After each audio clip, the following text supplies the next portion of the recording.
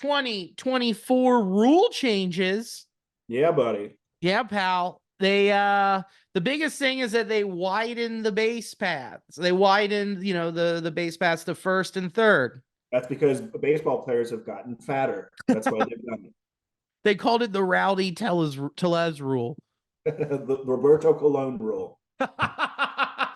Yeah. We were waiting for Dan Vogelbach to get signed, but in the meantime, we'll just make it easier for him. Yeah. You must fit 2 Dan Vogelbachs. That's the rule. It's not like they take out like a 3-foot ruler or a 3-foot tape measure. They're just like, hey, Dan, come here. Stand to the right. Okay. Just lay him down and rolling over it. He's like, look at me. I'm like a powdered donut. That's what they use like in the replays and like the things that just show him like a diagram. If 2 Daniels touch while running down the first base path, not wide enough. Fat guy in a little baseline. Yeah, This is a new rule, and it seems to be like one of those just weird things that has just always been a part of baseball. Then it's like, yeah, I guess it does make sense to change. It makes sense. Yeah, it just totally checks out. It's like, oh, less collisions at home. We can like actually give right-handed batters a little bit more room to run. It just makes sense. Less injury. Anything that you say gives me less injuries, I'm all for. And it does seem to come up like every once in a while where there's this lack of distinction with the base path, and so it perpetually was always like an unclear thing. So I mean, this is, I think, a step in clarifying that. Agreed, 100%. See, we like it. The Vogelbach rule. The Vogelbach rule. Vogelbach rule. The Danny Burgers rule. The Danny Burgers. Do a potato sack race in between the base paths. Someone described the rule. I forget the writer's name, and I apologize for not quoting the writer. The simplicity of dirt good, grass bad will make an easier evaluation by umpires. Is that like a Confucius rule? Dirt good, grass bad. I think it's just one of those things of just always wanting to have a definitive thing, a line, an angle, something like that just isn't there. And I think that was just kind of like one of those not said rules, but like an idea. Yeah, I'm with you. That will get us closer to away from that, and will be a thing of the past. Let's hope, baby. A few of the rules. Pitching changes. If a new pitcher steps onto the warning track with less than 2 minutes remaining on the inning break clock, the clock will reset to 2 minutes rather than 2 minutes and 15 seconds. Inning breaks that contain a pitching change average 2 minutes and 35 seconds in 2023. Broadcasters are only guaranteed 2 minutes of commercial time. And if that doesn't decide it, there will be a water slide race to determine. Yeah, it's less complicated than what it sounds reading it out loud. Yeah, it's just at that point, it's just like, why don't we have a zip line? Yeah. We need.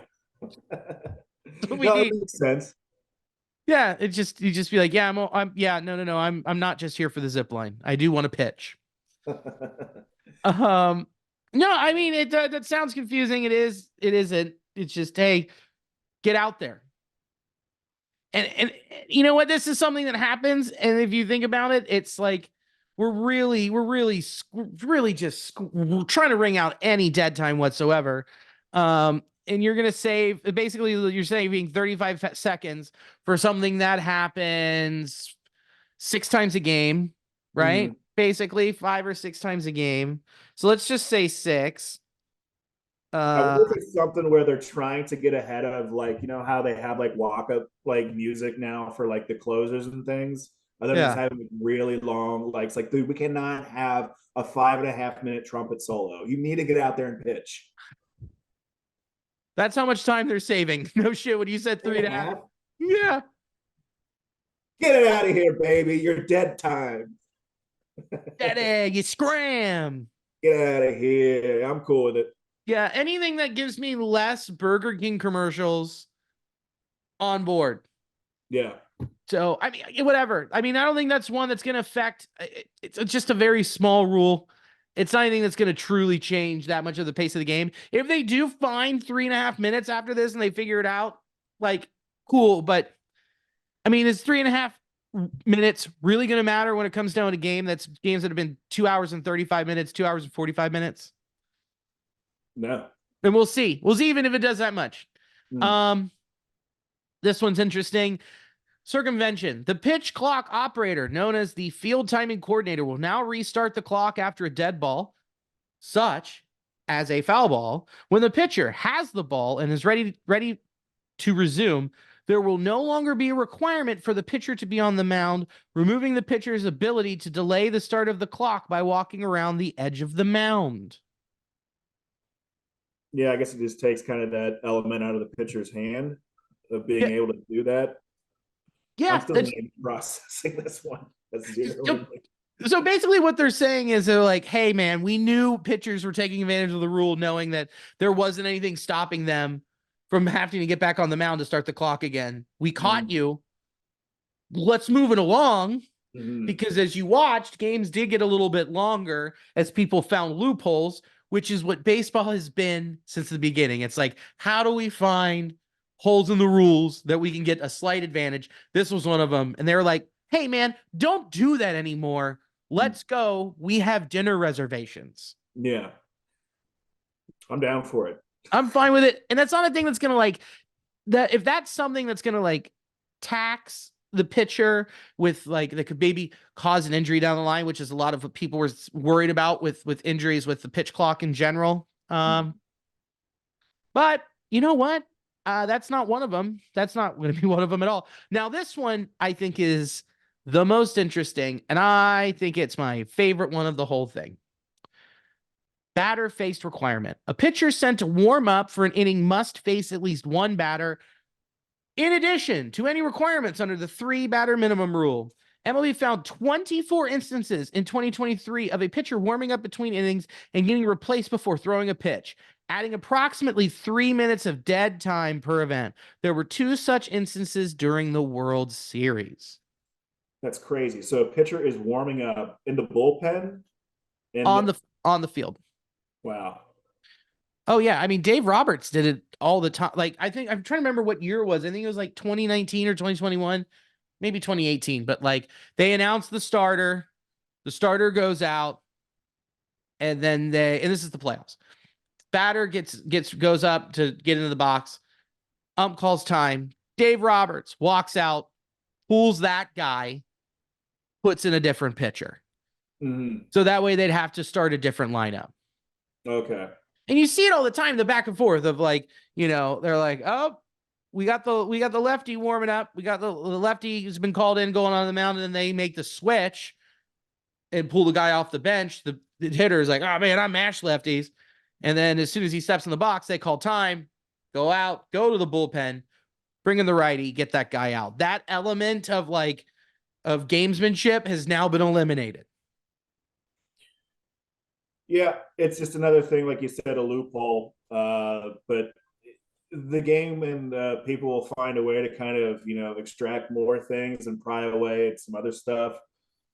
I mean, it's another thing where I badmouthed so many of the rule changes initially, and then seeing them in practice, I was like, you know what, this is actually a lot better. So, I mean, we'll see on this one here. I think it'll improve things, but I don't know.